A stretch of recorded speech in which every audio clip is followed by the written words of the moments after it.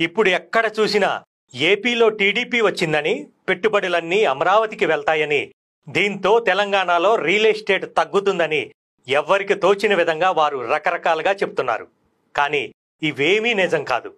2014లో రాష్ట్రం విడిపోయినప్పుడు కూడా ఇక తెలంగాణలో రియల్ ఎస్టేట్ పడిపోద్దని, రేట్లన్నీ తగ్గిపోతాయన్నారు చాలామంది. కానీ వాస్తవం ఏంటో మనం మన కళ్ళతోనే చూశాం. ఎందుకంటే హైదరాబాద్ పోటీ పడేది చుట్టుపక్కల రాష్ట్రాలతో కాదు, ప్రపంచ దేశాలతో అభివృద్ధిలో పోటీ పడుతోంది. హైదరాబాద్ అభివృద్ధి చెందిన మహానగరం. ఇక్కడ ఉన్న పొటెన్షియల్ మరెక్కడా లేదు. ఇక్కడ ఉన్న భౌగోళిక వాతావరణ పరిస్థితులతో ఐటీ, ఫార్మా కంపెనీలు విస్తారంగా అభివృద్ధి చెందుతున్నాయి.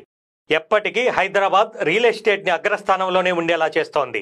ఇంకా ముఖ్యంగా తెలుసుకోవాల్సిన విషయం ఏంటంటే, ఇక్కడ 15 నుంచి 20 లక్షలు పెట్టి ఇన్వెస్ట్ చేసేవారు హైదరాబాద్కు చుట్టుపక్కల కొనుక్కుందామని చూస్తారు. కానీ దూరంగా వెళ్ళి వేరే రాష్ట్ర